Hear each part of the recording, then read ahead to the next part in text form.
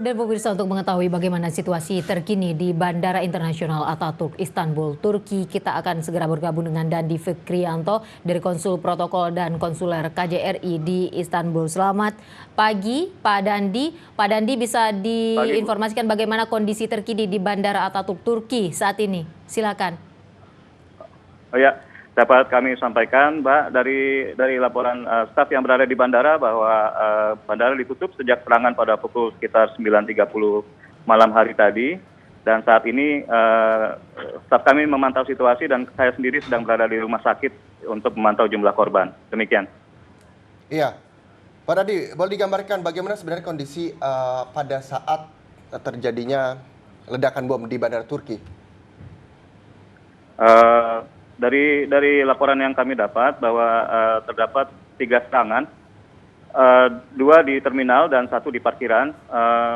Tersangka melakukan serangan dengan senapan dan ledakan dengan bom bunuh diri di rompi. Dan sejak itu bandara ditutup untuk umum dan penerbangan ditutup semua untuk grounded, dan untuk yang mendarat dialihkan ke bandara lain gitu. Untuk rumah sakit saat ini sedang ada ratusan orang sedang menunggu kabar mengenai keluarga mereka, tapi sedang diblokir oleh polisi dan kami sedang menunggu siaran pers dari setempat ya.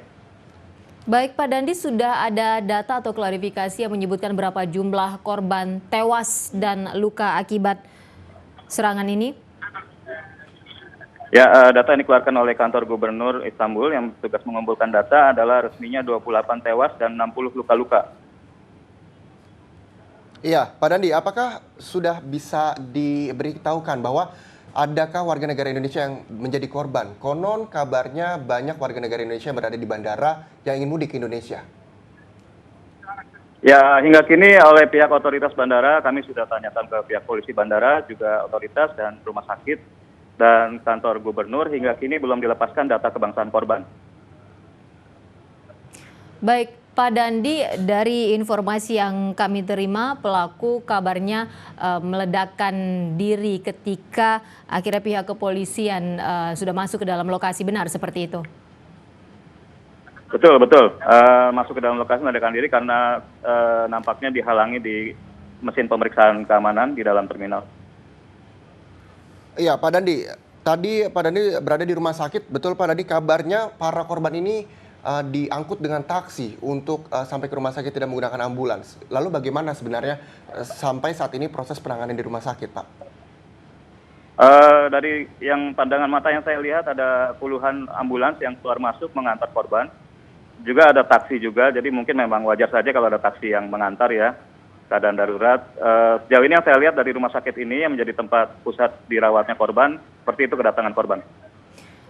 Pak Dandi, pelaku tewas meledakkan diri ketika akan diperiksa. Sudah diketahui tidak identitas dari pelaku dan adakah kaitannya dengan kelompok radikal Islam?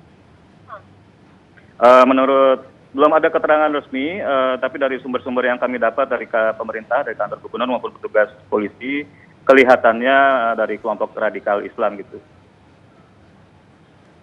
Iya, terima kasih banyak Pak Dandi atas informasinya. Kami juga masih menunggu apakah ada korban dari warga negara Indonesia di Turki. Terima kasih Pak Dandi. Ya, kami terus pantau. Ya, makasih.